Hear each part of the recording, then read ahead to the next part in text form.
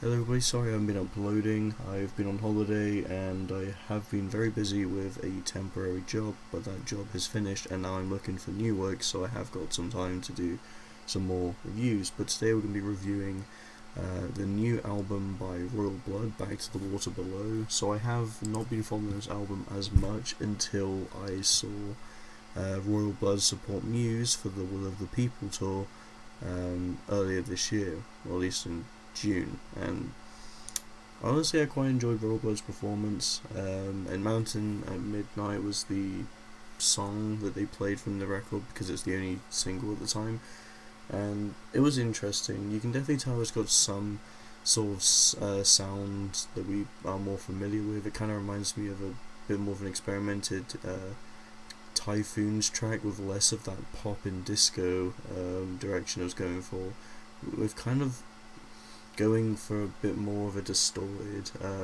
normal take on what we're familiar with, I guess. But that's not really the direction this album has mainly tried to pursue. It seems they're going for a more, or actually a less natural direction. I feel like the production is interesting this time around because it's not got anyone else working on it. It's purely just Royal Blood this time, especially Mike Kerr. And you can definitely notice that because there's a little bit more of a little bit more experimenting, I'd say. They're trying to broaden their sound a bit more, but some of it's for better and some of it's just kind of for worse. I do like the overall aesthetic this album has. It kind of plays a lot more with pianos. It gives you a bit more of a moodier, groovy sort of direction. It's definitely very different from Typhoon's overall.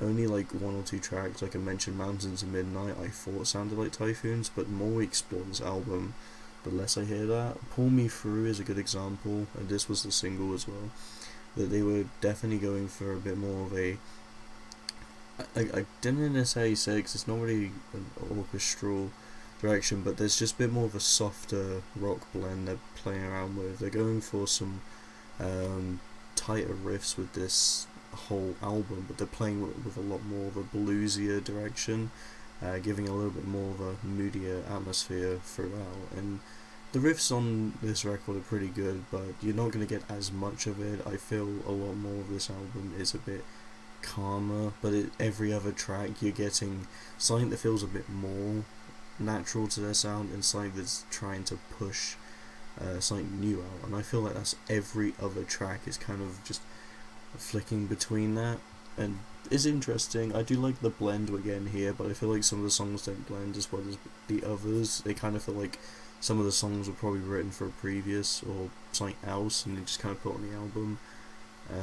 But it's not a bad album at all. I definitely like some of the tracks towards the end. I'd probably say How Many More Times is one of my favourites because of the instrumental. I like the way that the bass and just the piano just highlight over Mike Kerr's vocal performance, which I'd probably say is definitely one of the best ones. I think if there's one big step they took that's perfect, it's the vocal delivery. There's a lot more harmonic and just a lot more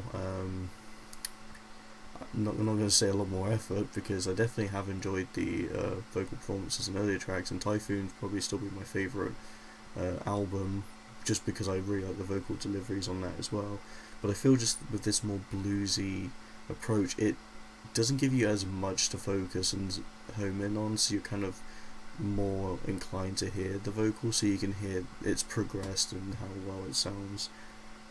But yeah, I enjoy it. I feel like the lively aspect of Royal Blood is not as present here, which, I mean, if they're going to experiment and try something a bit different to broaden that, it makes sense. But I don't know. One of my favourite things about Royal Blood is when they were a lot more livelier. Just seeing the drummer in action, I can't remember his name, but just seeing him in action as well as just Mike Kerr like rocking out on the bass. It's definitely some of my more highlighted moments of the band's history. But yeah, I'd say this album is quite cool. I think right towards the end with There Goes My Cool and Waves, I kind of lose a little bit of interest because it's not really pushing as much strong ideas. It's just kind of going for something we've already heard with some of the other tracks, and I guess they're trying to experiment a bit more Waves kind of gives you a little bit longer of an outro, but the fact that it's only 3 minutes and 48 seconds is kind of,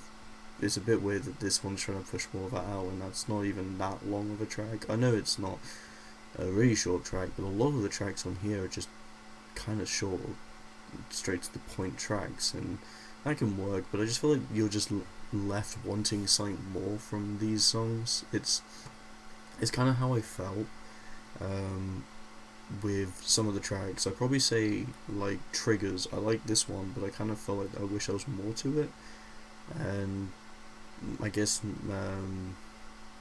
even some of the later tracks, like There Goes My Cool, I just kind of wish there was a bit more, but I wasn't even big on the direction, so maybe not. Shiner in the Dark is an example of one of these tracks. I'm not saying it doesn't do what it needs to, and this one's probably one of the more standout tracks, but at the same time, I just don't think it's as strong. I just feel like it's just not as consistent of a record as we've had for probably their previous ones. I probably might say this is my weakest album from Royal Blood from what I've listened to, but I like the idea as well. I think it's an album I can appreciate for trying to be different and trying to be versatile.